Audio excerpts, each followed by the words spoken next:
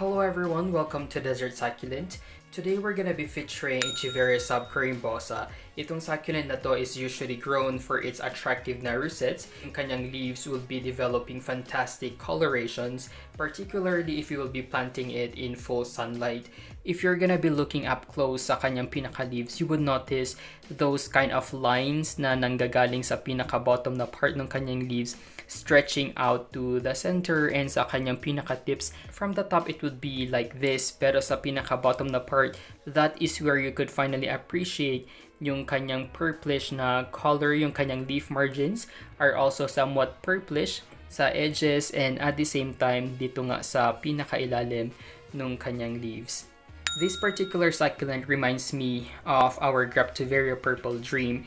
If we're gonna be looking at it up close, diba, yung characteristics ng kanyang leaves would be almost similar with those purplish na leaf margins, especially dito sa part na iyan. It's very similar to our Subcorimbosa, except that this one is definitely bigger as compared to our Purple Dream.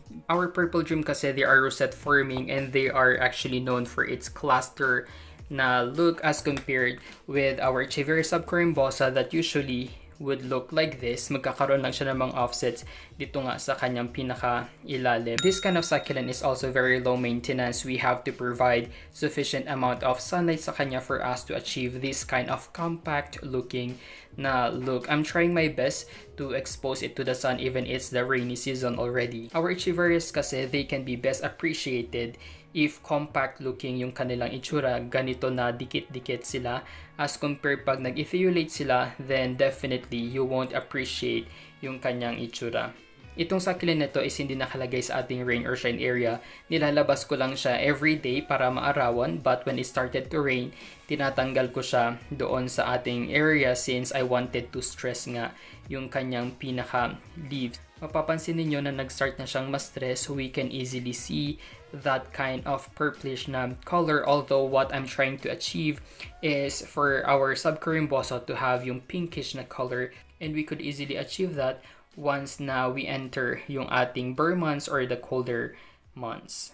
This type of Echeveria originated from the rocky environments in Mexico, and they are considered as a drought-tolerant na succulent. They can usually do well with infrequent watering. So we have to check yung kanilang leaves for softening pag lumalambot na nga yung some of its leaves, or pag naging wrinkle na sila, which na indicate na gusto niya na nga ng ating deep na watering. That's one of the reason kung bakit hindi ko siya nilalagay sa ating rain or shine area, since I wanted na control yung kanyang watering. I always make sure na mag-completely dry na nga itong kanyang pinaka-soil before I fully soaked it. Yung inyong soil mix na gagamitin would also play a very important role for us to achieve a healthy looking na succulent. So here, this one is a combination of our garden soil with some cocoa dust. We've got some pumice stones as well to facilitate nga yung ating drainage. You could also easily repot our Subcorimbosa once na na-outgrow niya na nga yung kanyang pinaka-pot. But since right now we still have at least 1 inch na allowance around nga dito sa ating succulent plant, then it won't be the perfect time for us to repot this kind of succulent.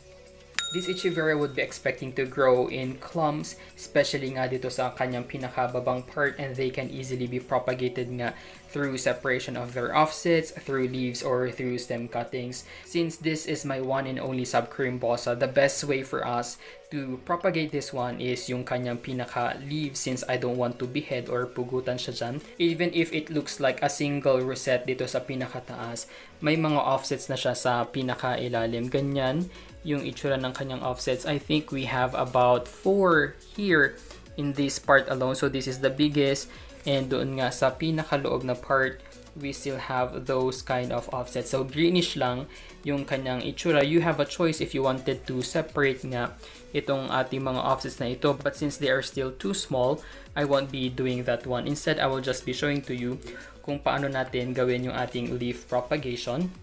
I will just be removing itong leaf na ito na malapit sa ating mga offsets so that we can also provide some space for them to grow. Twist it to the left and right.